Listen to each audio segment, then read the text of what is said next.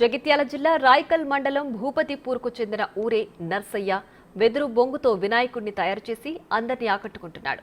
పర్యావరణాన్ని కాపాడుకోవాలని సూచిస్తూ వెదురుతో వినాయకుడి ప్రతిమను తయారు చేసినట్లు ఇంటర్నేషనల్ బుక్ ఆఫ్ రికార్డు గ్రహీత నర్సయ్య తెలిపారు.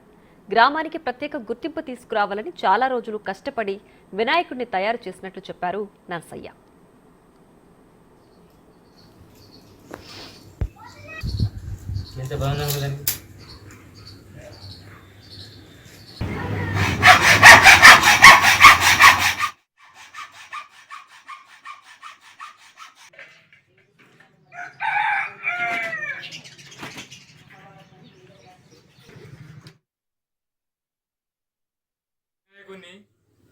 నేను మనకు సహజ సిద్ధంగా లభించినటువంటి వెదురు బొంగులను ఉపయోగించి తయారు చేయడం జరిగింది.